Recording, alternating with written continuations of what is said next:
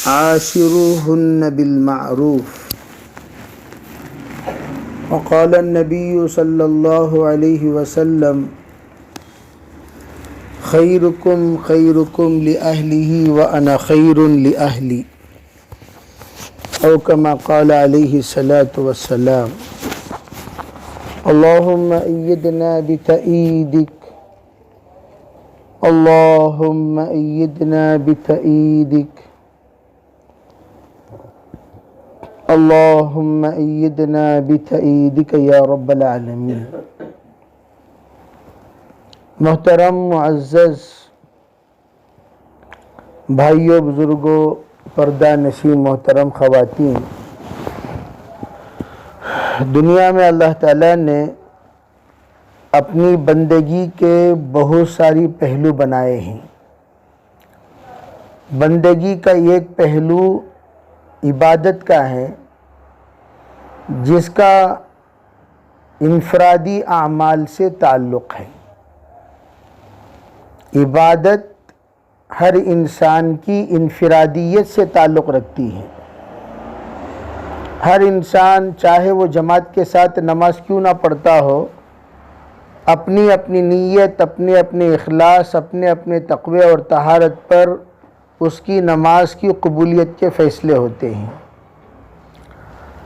اسی لیے تمام عبادتوں کے لیے انفرادی نیت کا حکم دیا گیا، چاہے وہ نماز ہو، روزہ ہو، زکوٰۃ ہو، حج ہو۔ آدمی اپنی نیت پر اپنے اعمال کو موقوف رکھتا ہے۔ اسلام نے دوسرا سب سے بڑا شعبہ عبادت کے بعد جس کو بتایا وہ ہے معاشرہ۔ عاشروہن بالمعروف، اللہ تعالیٰ نے اس کا حکم دیا تم لوگ آپس میں اچھے طریقے سے زندگی گزارو۔ مردوں کو حکم دیا کہ وہ عورتوں سے، عورتوں کو حکم دیا کہ وہ مردوں سے۔ تو یہ معاشرہ اصل اسلامی زندگی ہے۔ عبادت تو یہودی بھی کرتے تھے، نصارہ بھی کرتے تھے، تمام دنیا کے مذاہب والے عبادت کرتے ہیں۔ عابد بنانا اسلام کا منشا نہیں ہے، مقصود نہیں ہے۔ اسی لیے حضور نے فرمایا لا رہبانیت فی الاسلام، اگر عابد بنانا منشا ہوتا تو اسلام میں رہبانیت ہوتی۔ رہبانیت کسے کہتے ہیں؟ الگ ایک جگہ پر بیٹھ جانا، ذکر کر لینا، فکر کر لینا، اور اپنی اپنی انفرادی جذبہ بنا لینا، اپنی اپنی انفرادی جنت بنا لینا، خود ہوئے اور ان کا اللہ ہوا، اس طرح کی زندگی گزارنے کو رہبانیت کہتے ہیں، جس کا تعلق دنیا و ما فیہا سے کٹ کر ہوتی ہے۔ لیکن ایسی رہبانیت سے اللہ کے رسول نے منع فرمایا۔ آپ نے کہا جس طرح مریم علیہ السلام کے زمانے میں حضرت زکریا علیہ السلام، مریم علیہ السلام، یہ سب جب اللہ کے لیے وقف ہوتے تھے، ان کا ایک محراب بن جاتا تھا اور وہ محراب میں جا کر قیام کر لیتے۔ مرد ہو یا عورت، جس وقت کوئی وقف ہونے کی نیت کر لے تو ان سب کے لیے یہی حکم ہوتا ہے کہ وہ جائیں، الگ ایک کمرہ بنا لیں، الگ ایک محراب بنا لیں، وہیں پر اپنی زندگی بسر کریں، وہیں پر اپنی زندگی گزار کر ختم کر لیں۔ تو اس طرح دنیا کے ہر مذہب میں آپ دیکھیں گے جو بھی اللہ والا بننا چاہتا ہے اسے راہب بننا پڑتا ہے، چاہے عیسائی مذہب ہو، یہودی مذہب ہو یا کوئی بھی مذہب ہو، راہب بنے بغیر وہ اللہ والا نہیں بن سکتا ان کے عقیدے کے اعتبار سے۔ آج بھی وہی اصول ہے۔ لیکن اسلام میں جس وقت اسلام آیا، جناب رسول اللہ صلی اللہ علیہ وسلم شریعت محمدی لا کر امت کے سامنے پیش فرمائے تو رہبانیت سے قطع تعلق، امت سے کٹ کر، امت سے، اپنے رشتہ داروں سے کٹ کر ایک جگہ جا کر اللہ سے جڑنے کے لیے، اللہ سے ملنے کے لیے الگ تنہا زندگی اختیار کر لینا، اس کو حضور نے منع فرمایا۔ نبوت سے پہلے حضور خلوت پسند کرتے تھے، حببت الی الخلوہ، غار حرا میں جا کر آپ کا رکنا، یہ آ کر ایک اعتبار سے، ظاہری اعتبار سے رہبانیت والی شکل ہے۔ لیکن اقرأ بسم ربک الذی خلق آیت نازل ہونے کے بعد جب آپ جلوت میں تشریف لائے اس کے بعد آپ خلوت میں نہیں گئے۔ ہاں اعتکاف میں بیٹھتے تھے، وہ اعتکاف میں روحانیت کی طرح کسی سے بات نہیں کرنا، کسی سے نہیں ملنا، کسی کو نہیں دیکھنا، کسی کی خیر خیریت نہیں پوچھنا، ایسے اعتکاف سے حضور نے منع فرمایا۔ اعتکاف میں ہم بیٹھیں گے، اللہ کے ذکر کریں گے، اللہ کی عبادت کریں گے، اللہ کو راضی کریں گے، لیکن ساتھ ساتھ با جماعت نماز بھی پڑھیں گے، لوگوں سے ہم ملیں گے، لوگوں کی خیر خیریت پوچھیں گے، لوگوں کے ساتھ ہمارا ملنا جلنا ہوگا، ان کے درد اور دکھ میں ہم شریک رہیں گے، اس کے ساتھ ہمارا اعتکاف ہوتا ہے۔ تو گویا اسلام آ کر روحانیت کو ختم کر دیا۔ حضرت مولانا صاحب علیہ فرمایا کرتے تھے ہم لوگ اللہ کے راستے میں اس لیے نکالا کرتے ہیں تاکہ روحانیت والا مزاج ہمارے اندر سے نکل جائے۔ بہت سارے خواتین کا، مردوں کا ایک مزاج بنا ہوا رہتا ہے، الگ الگ اپنے گھروں میں رہنے کا، الگ الگ اپنے کام کر لینے کا، الگ الگ اپنے بارے میں سوچ لینے کا، الگ الگ اپنے بارے میں دیکھ لینے کا، انفرادی والا مزاج بنانا یہ اسلامی مزاج نہیں ہے۔ اسلامی مزاج انفرادیت والا مزاج نہیں، اسلامی مزاج یہ ملنسار والا مزاج۔ اسی لیے حضور علیہ السلام نے فرمایا کہ بعثت معلما لاتمم مکارم الاخلاق، میں آیا ہی ہوں اس لیے تاکہ مکارم اخلاق کی تکمیل کروں۔ اور اخلاق کیسے پتہ چلے گا؟ ایک آدمی تنہا رہنے سے اخلاق کیسے پتہ چلے گا؟ بھئی جب ملیں گے، جڑیں گے، بات چیت کریں گے، رہن سہن کریں گے، لین دین کریں گے، سفر میں جائیں گے، سفر میں آئیں گے، ساتھ میں رہنا ہوگا، تبھی تو کسی کے اخلاق کے بارے میں پتہ چلے گا۔ ایک آدمی بند کمرے میں رہتا ہے، اس کے اخلاق کا کیسے پتہ چلے گا؟ تا مرد سخن نہ گفت باشد، عیب و ہنرش نہ ہفتہ باشد۔ جب تک کوئی انسان اپنی زبان کھولتا نہیں، اس کا نہ عیب پتہ چلے گا نہ ہنر کا پتہ چلے گا۔ تو آدمی جب بولے گا تب پتہ چلے گا اس کے اندر غصہ ہے یا نرمی ہے، اس کے اندر علم اور معرفت ہے یا جہالت اور ضلالت ہے، اس کے اندر کیا ہے؟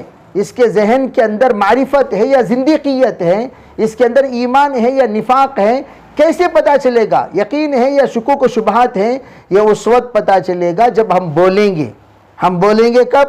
جب سننے والے رہیں گے تب بولیں گے۔ جب سننے والے ہی نہیں رہیں گے تو بولیں گے کیا؟ اب سونے والوں کے سامنے کہیں بیان ہوتا ہے، ارے بھئی رات میں کوئی سب سو رہے ہیں، بیان چل رہا ہے، تو بھئی وہ تو سب کے سب مرحومین ہیں، مرحومین کے سامنے بولنے سے کیا فائدہ؟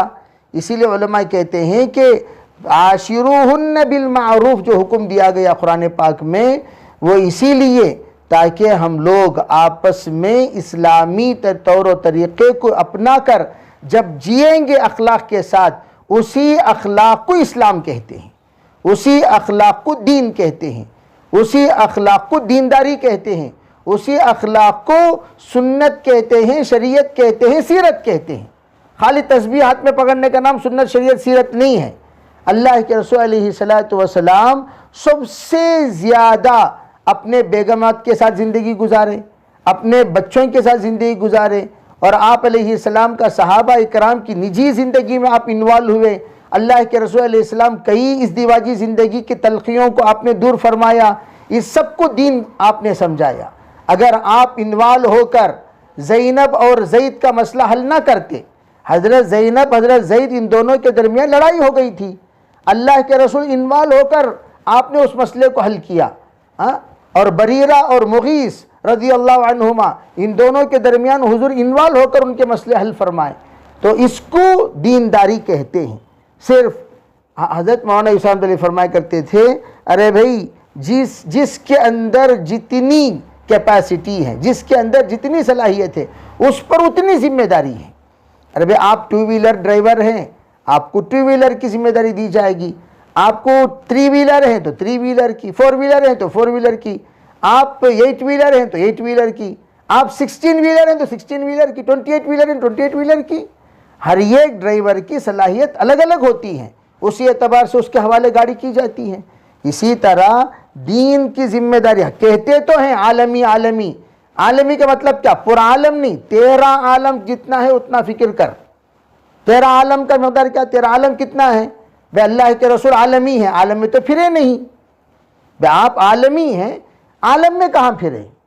آپ کا دائرہ حجاز مقدس ہے، حجاز مقدس عالمی فکر رکھنا، لیکن کام اتنا کرنا جتنے ہمارے بس میں ہیں، عالمی فکر رکھنا اور عالمی نیت سے دعوت دینا، عالمی نیت سے گفتگو کرنا، عالمی نیت سے ترغیب دینا، عالمی نیت سے گشتیں کرنا، عالمی نیت سے تشکیل کرنا، یہ کام ہمارا نیت کے اعتبار سے عالمی ہو، اور کام کے اعتبار سے جتنے ہمارے بس میں اتنا کام کریں۔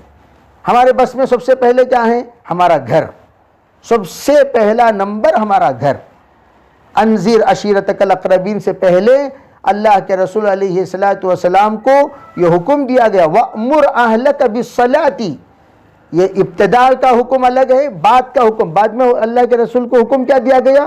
وَأْمُرْ أَهْلَكَ بِالصَّلَاةِ وَاسْتَبِرْ عَلَيْهَا، پہلے آپ اپنے گھر کی فکر کریں، پہلے ہم اپنے گھرانے کو بنائیں، دیندار گھرانہ خود اپنا بنائیں، خود ہمارے گھر کو آنے والے ہمارے مزاج سے دین کو سیکھیں، ہمارے خدمات سے دین کو سیکھیں، ہمارے صاف دلی سے دین کو سیکھیں، ہمارے وسعت دلی سے دین کو سیکھیں، ہمارے درگزر والا مزاج سے دین کو سیکھیں، ہمارے عفو و درگزر والی نظروں سے دین کو سیکھیں، ہمارے مظلوم ہونے کے باوجود ظالموں کو معاف کرنے کا جذبہ رکھنے سے دین کو سیکھیں، ہماری زبان پر کسی کی غیبت نہ آنے سے دین کو سیکھیں، اور ہمارا بد کرداری سے بچنے سے دین کو سیکھیں۔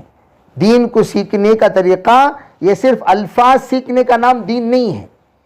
بے الفاظ تو یہودی ہم سے اچھا بولتے ہیں۔ آپ کو معلوم ہونی چاہیے سب سے بڑی کتاب جو اسلامی کتب خانوں میں سب سے زیادہ اہمیت کے قابل ہے اور سب سے زیادہ مشکل فن ہے اسلام میں، وہ ہے فن اسماء رجال۔ اسماء رجال کسے کہتے ہیں؟ ہم سے لے کر حضور تک جو حدیث پہنچی ہیں اس میں جتنے واسطے ہیں، وہ واسطے میں کون کون ہیں، کیسے کیسے لوگ ہیں، ان کے مزاج کیا ہیں، ان کی تاریخ کیا ہے، انہوں نے زندگی میں کبھی جھوٹ بولا کہ نہیں بولا، انہوں نے زندگی میں کبھی مکاری کی کہ نہیں کی، انہوں نے کبھی معاملات میں دغا کی کہ نہیں کی، انہوں نے کبھی حرام کھایا کہ نہیں کھایا۔ یہ پوری تاریخ، ایک حدیث کے پیچھے ہزاروں محدثین کی تاریخیں ہوتی ہیں۔ فرمایا بول کر حدیث بولانا کمال نہیں ہے، اس کے پیچھے تاریخ ہوتی ہے۔ جب کہا جاتا ہے ضعیف ہے، قوی ہے، ثقہ ہے، تو اس کے پیچھے ایک تاریخ۔ وہ فن اسماء رجال کی سب سے بڑی کتاب لکھنے والا یہودی ہے۔ کون ہے؟ یہودی ہے۔ تو یہودی ہم سے زیادہ علم رکھتا ہے، تو کون سا کمال ہوا؟ کسی آدمی کو دین کی 4 باتیں معلوم ہو جانا بہت بڑا کمال ہے۔ وہ ارے 4 باتیں تم سے زیادہ یہودی جانتا ہے، تو سیکھنے سے مراد 4 باتیں سیکھ لینا، 6 باتیں سیکھ لینا، 16 باتیں سیکھ لینا، یہ مقصد نہیں ہے دعوت کا۔ مزاج دیندارانہ بنانا، مزاج دیندارانہ بنانا سیکھنے کے واسطے نہیں آتے۔ یہ سب سے پہلی بات غلط جملہ جو ہم کہتے ہیں دعوت و تبلیغ میں کہ ہم سیکھنے کے لیے نکلے ہیں۔ کیا سیکھنے کے لیے؟ کیا سیکھنے کے لیے نکلے؟ باتیں سیکھنے نکلے، زندگی سیکھنے نکلے۔ وہ بولو باتیں تو تم مدرسے میں بھی سیکھ سکتے ہو، روڈ پر سیکھ سکتے ہو، کتابوں پر سیکھ سکتے ہو، باتیں سیکھنے نہیں نکلے۔ ہم جو نکلے ہیں زندگی سیکھنے نکلے ہیں۔ تو ہم سیکھنے کے لیے نکلے ہیں کہتے ہیں، مبتدا کہتے، خبر نہیں کہتے۔ تو ہمیں یہ کہنا چاہیے ہم زندگی سیکھنے کے لیے نکلے ہیں۔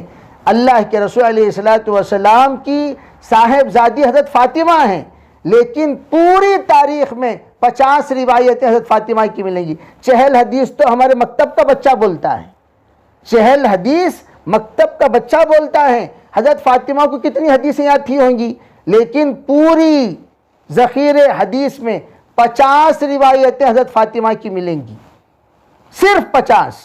لیکن علم کے اعتبار سے کوئی کم نہیں تھی حضرت فاطمہ، لیکن زندگی ایسی گزار کر گئی۔ سرکار مدینہ صلی اللہ علیہ وسلم نے فرمایا سید النساء اہل الجنہ فاطمہ، فاطمہ تمام خواتین کی سردار ہوں گی، ملکہ ہوں گی، سیدہ ہوں گی، جنت کی عورتوں کی۔ اتنا بڑا مقام کیا علم کی وجہ سے ملا، عمل کی وجہ سے ملا؟ تو ہم یہ کہتے ہیں زندگی سیکھنا ہے، باتیں سیکھ لینا کوئی کمال نہیں۔ کوئی بہن کو بٹھا دیے ماشاءاللہ 15-20 منٹ، 40 منٹ، 50 منٹ، 1 گھنٹہ دین کا مذاکرہ کرتی ہیں، پھر دیکھے تو شوہر سے لڑتی ہیں، تو یہ کوئی کمال کی بات ہوئی؟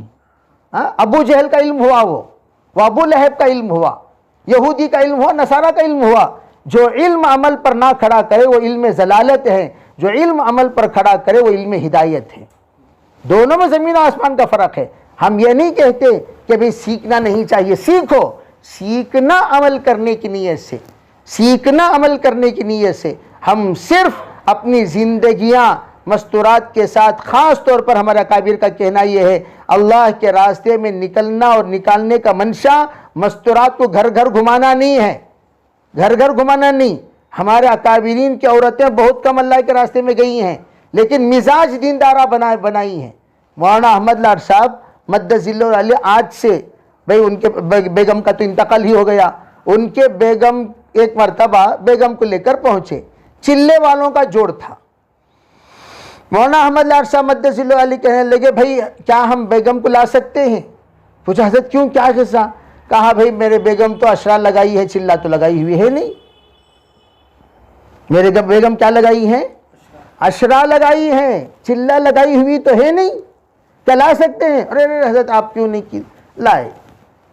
میں جس وقت چلے میں نکل رہا تھا، مولانا احمد لاٹ صاحب مدث ذلہ علیہ ایک مرتبہ کہنے لگے دیکھو مولوی صاحب، اللہ کے راستے میں عورتوں کو گھمانا مقصود نہیں ہے، لے کر گھماتے رہو، آسٹریلیا گھوم رہے ہو، فرانس گھوم رہے ہو، سعودی عرب گھوم رہے ہو، بیرون کی جماعتیں جاتی نہیں جاتی، ہم بھی گئے، تو گھومنا مقصود نہیں ہے، زندگی سیکھنا مقصود ہے، سکھانا مقصود ہے۔ یہ گھماتے کیوں ہیں؟ تاکہ ان عورتوں کے اندر کی خوبیاں لینے والی بنے۔ جاؤ کو لسٹیں لگانا ہے، جی ان کے گھر میں کپاں اچھے تھے، ان کے گھر میں دسترخوان اچھے تھے، ان کے گھر میں پلیٹ اچھے تھے، بالکل لسٹیں بنانے کے راستے کا جاتی ہے اللہ کے راستے میں۔ بھائی اللہ کے راستے میں جو جاتے ہیں لسٹ بنانے نہیں۔ جیسے ایک صاحب کہنے لگے 3 دن کی جماعت گئے تو بیگم نے ہاتھ پہ تھما دیا یہ سب ایٹم اللہ کا ہو، کیا قصہ؟ 3000 کی لسٹ وہ، اب بولے 10 دن کیے تو 10,000 کی لسٹ دے ڈالے، اب چلنے میں کہتے کہ 40,000 کی دو گے؟ یہ کیا مطلب ہوا بھائی؟ ہم گھر دیکھنے کے لیے تھوڑی جاتے ہیں، پردہ دیکھنے کے لیے تھوڑی جاتے ہیں، یہ پردہ کہاں خریدے، یہ دسترخوان کہاں خریدے، یہ کراکری کہاں خریدے، یہ برتن کہاں خریدے، یہ تمام چیزوں کے لیے ہم نہیں جا رہے ہیں۔ ہم جا رہے ہیں ان کے اندر کا اکرام سیکھنے، ان کے اندر کا ادب سیکھنے، ان کے اندر کی اطاعت سیکھنے، ان کے اندر کی اخلاق سیکھنے۔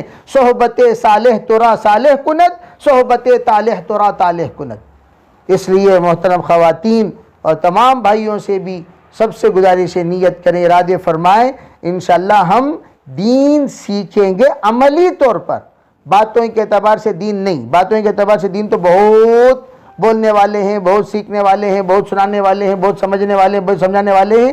دین پریکٹیکلی، عملی طور پر اللہ تعالی ہمارے اعمال کو تولے گا، باتوں کو نہیں تولے گا، اقوال کو نہیں تولے گا، ہمارے اعمال کو تولے گا۔ تو اللہ کے یہاں جو اعمال تولے جائیں گے اس میں وزنی اخلاص اور للہیت پر پیدا ہوتی ہے۔ آپ 2 روپے دے رہے ہیں، یہ بھی 2 روپے دے رہے ہیں، لیکن ان کے 2 روپے کا وزن 2 کروڑ کا ہو گیا، ان کے 2 روپے کا وزن 2 پیسہ کا بھی نہیں ہوا۔ کیوں بھائی؟ اخلاص کے اعتبار سے۔ لاکھوں روپے صدقہ کرتے ہیں لوگ، لیکن لاکھوں روپے صدقہ کر کے چند پیسوں کا بھی ثواب نہیں ملتا ان کو۔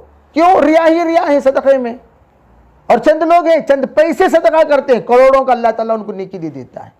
تو اس لیے اللہ کے یہاں اعمال کے وزن کا اعتبار ہے، اعمال کی گنتی کا اعتبار نہیں ہے۔ تو اللہ تعالیٰ ہمیں شریعت کو صحیح سمجھ عطا فرمائے، فکر عطا فرمائے، جذبہ عطا فرمائے۔ تو ماشاءاللہ ہم اللہ کے راستے میں نکلے ہیں، زندگی سیکھ کر جانا۔ اور میں تو یوں کہتا ہوں بھئی حدیث پاک میں خود موجود ہے، اگر کسی خاتون کا اس حال میں انتقال ہو، شوہر اس سے راضی ہو، سیدھا جنتی بن جائے گی۔ شوہر راضی رہا تو جنتی۔ کیا مطلب؟ شوہر کی خدمت، شوہر کے جذبات، شوہر کے خیالات رکھی اس نے، اور اللہ کے احکام کو پورا کی، گھریلو زندگی کو اس نے دیندارانہ بنا لیا، وہ اللہ کی بندی جنتی بن گئی۔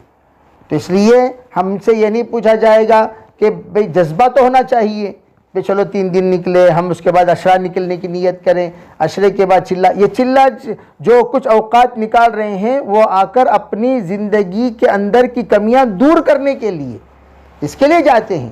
لسٹ بنا کو جھنڈا گاڑنے کے واسطے نہیں، ہمیں بیرون کے ساتھی، ہمیں اندرون کے ساتھی، ہمیں چلے کے خاتون بول کو جھنڈا گاڑنے کے واسطے نہیں۔ جھنڈا گاڑ دیے تو کیا مغفرت کا جھنڈا؟ کیا وہ مغفرت کا جھنڈا؟ ارے بھئی اعمال پر اللہ کے یہاں فیصلے ہوتے ہیں۔ اتنی بات انشاءاللہ ذہن میں رکھیں۔ اللہ تعالی ہمیں شریعت کو عمل کرنے کی توفیق عطا فرمائے. اللہ سب کے ساتھ خیر کا معاملہ فرمائے, ہر طرح کے شر سے اللہ حفاظت فرمائے. اللہ عفو و عافیت کا معاملہ فرمائے, آفتوں سے اللہ حفاظت فرمائے. سبحان اللہ بحمدہ, سبحانک اللہم بحمدک, ونشہد ان لا الہ الا انت ونستغفرک ونتوب الیک. سبحان ربک رب العزت عما یصفون وسلام علی المرسلین والحمد للہ.